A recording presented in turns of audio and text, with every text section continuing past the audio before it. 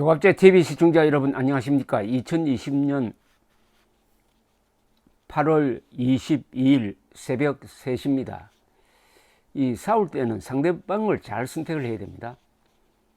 너무 조무래기를 상대를 한다든지 너무 큰 사람을 상대를 하면은 우습게 되든지 아주 떡이 되든지 합니다.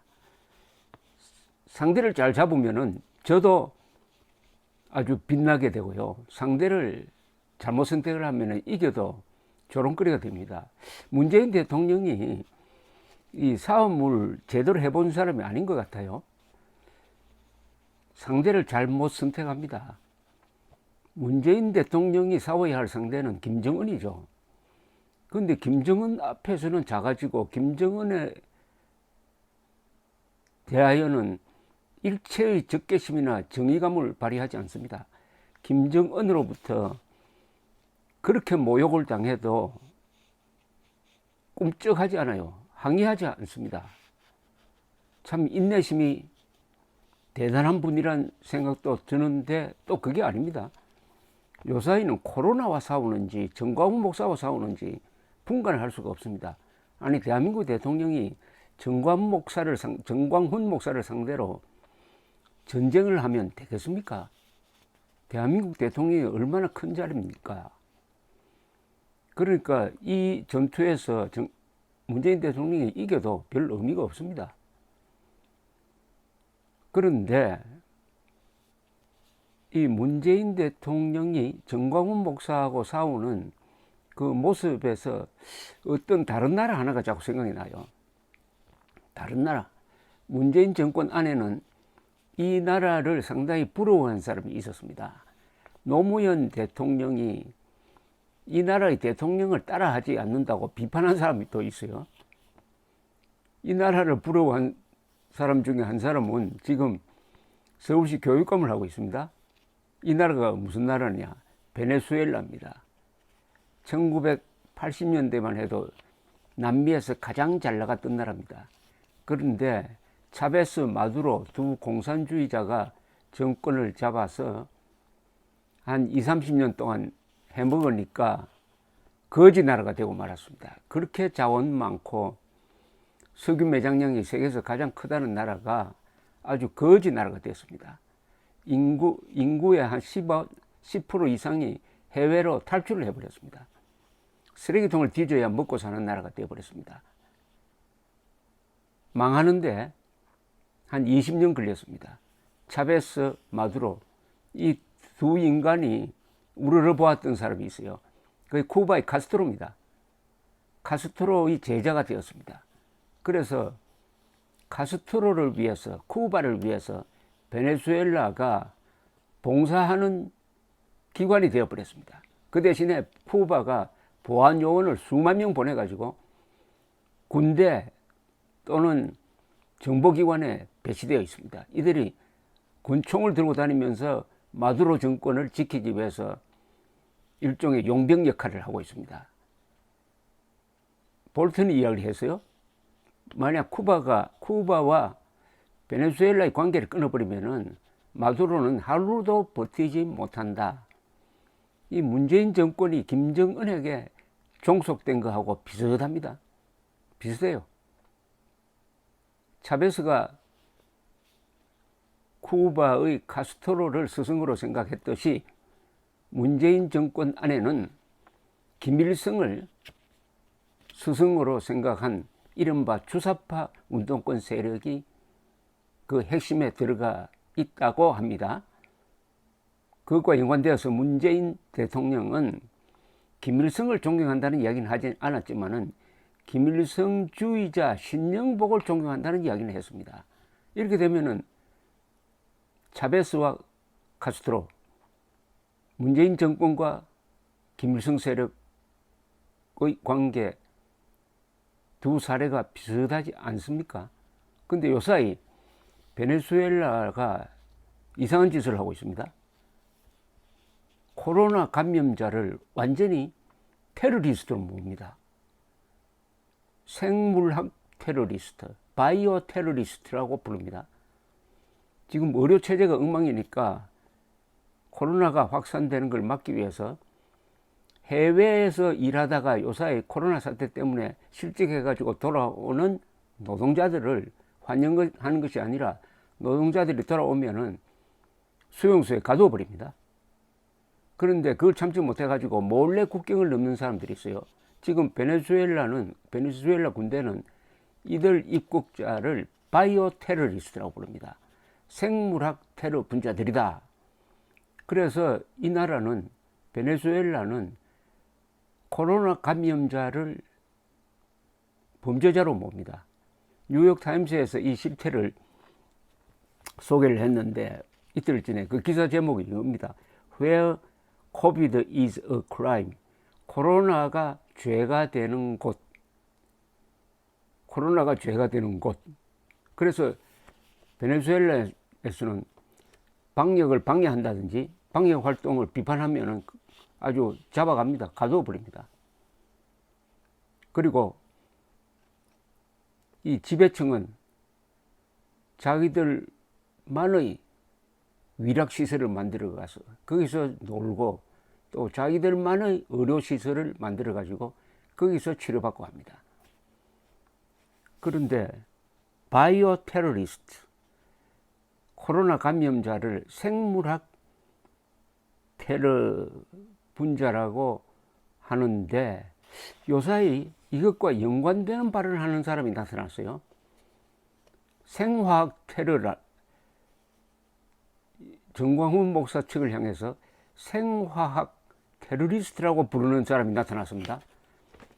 베네수엘라와 이 문재인 정권과 유사성을 보면은 이 용어를 매개로 해가지고 뭔가 이게 비슷한 점이 있다는 생각이 들어서 제가 지금 소개를 해드리려고 그러는데, 더불어민주당 당대표에 출마한 김부겸 후보는 이틀 전에 이런 글을 썼어요. 페이스북에.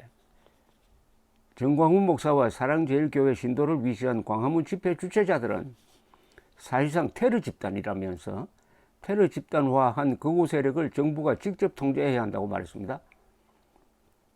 광화문 집회 중에는 법원이 허가한 집회도 있었습니다.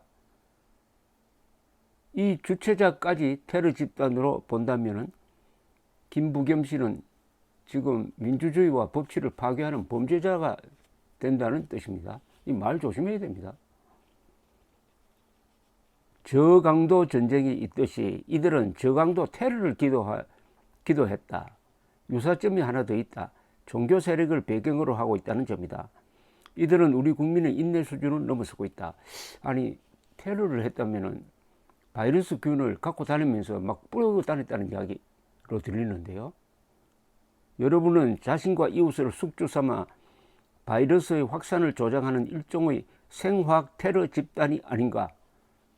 바이오 테러리스트, 생화학 테러 집단 똑같습니다. 이게 이상하죠? 베네수엘라 마두로 정권과 대한민국 문재인 정권의 용어가 일치하는 거, 이거 우연일까요? 우연 아닙니다. 왜냐? 자기들의 적대하는 세력을 말살 대상으로 본다는 점에서 테러, 극우 이런 세력으로 몰아가지고 또는 적폐로 몰아가지고 아예 숙청하려는 작심을 한 점에서 용어가 같아진 거라고 저는 그래 봅니다. 국민의 일부를 적으로 보는 겁니다. 국민의 일부를 적으로 보는 것. 권력 잡은 사람이. 그러니까 세계에서 베네수엘라하고 한국이 코로나 감염자 또는 코로나 피해자를 범죄자로 보는 것 아니냐. 우연의 일치가 아니란 생각이 듭니다. 겉으로는 사랑을 내세우지만 사실은 자기 주장에 반하는 모든 일을 향해 욕설을 퍼붓고 폭력을 휘두르고 아무데나 쓰레기를 버리는 혐오와 정오로 똘똘 뭉친 사이비 조공교 집단이 아닌가. 정부가 비상대권을 발동해서라도 문제의 진원지를 추적해 발본색원해야 한다. 비상대권은 군대를 동원한다는 뜻입니다. 아니, 방역을 위해서 국민을, 비무장한 국민입니다. 사랑제일교회가 무장을 했습니까? 비무장한 국민을 위해서 군대를 동원해서 해야 된다는 사람이, 이건 뭐 제2의 광주 사태를 일으키겠다는 겁니까? 이건 뭡니까? 이대로 가다가 수도권에서 사회적 거리두기 3단계라도 발동되면 상황은 끔찍할 것이다. 위협은 구체적이고 파국은 우리 앞에 와 있다.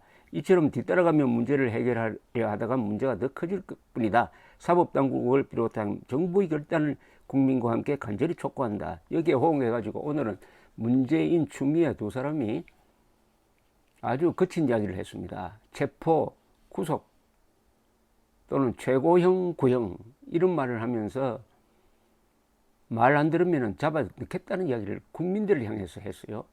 그러면서 방역을 조직적으로 방해한다고 했는데 방역을 조직적으로 어떻게 방해를 하기에 대통령까지 나서가지고 이렇게 하느냐, 그 설명을 제대로 하지 못했습니다. 사랑제일교회 사람들이 지금 무장을 해가지고 바리케이트를 쳐놓고 지금 농성을 하고 있습니까? 아니잖아요.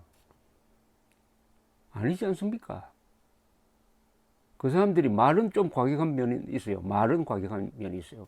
그러나 행동에서 저는 공권력에 어떻게 저항을 했는지, 화염병을 던졌는지, 돌을 던졌는지, 아니면은 저쪽 동네에서 잘하는 그거 있잖아요. 그런, 그게 바로 테러죠. 그런 식으로 저항을 했는지, 아니면 분신 자살을 했는지 좀 설명해 주시기 바랍니다. 얼마나 했기에 군대를 동원해야 된다는 이야기까지 하는지. 그렇지 않다면은 단순히 우리 편이 아니니까 가만두지 않겠다. 그와 관련해서 지난 8월 15일 광화문 근방에서 민노총도 시위를 했는데, 허가를 받지 않고 시위를 했는데, 그 민노총 사람들에 대해서는 수사도 하지 않고 강제로 검사도 하지 않는다는 보도가 있었습니다. 이게 뭘 이야기합니까? 법을 집행할 때 우리 편과 우리 편 아닌 사람을 확실하게 가르고 있다. 이게 계급투쟁론적 사고방식입니다. 즉 자기 편이 아닌 사람을 향해서는 거침없이 테러리스트, 생물학 테러리스트 또는 생화학 테러리스트라고 할 수 있다는 것은 그 마음속에, 권력을 잡은 자들의 마음속에 증오심이 있는데, 그 증오심이 어디서 나오느냐? 계급투쟁론적 증오심에서 나오는 겁니다. 우리 계급이 아니면 말살해야 한다. 이게 계급투쟁론이거든요. 마두로 정권과 문재인 정권의 공통점은 계급투쟁론을 공유하고 있다는 이야기입니다. 그러니까 코로나 감염자가, 코로나 감염 그 자체가 범죄가 되어가지고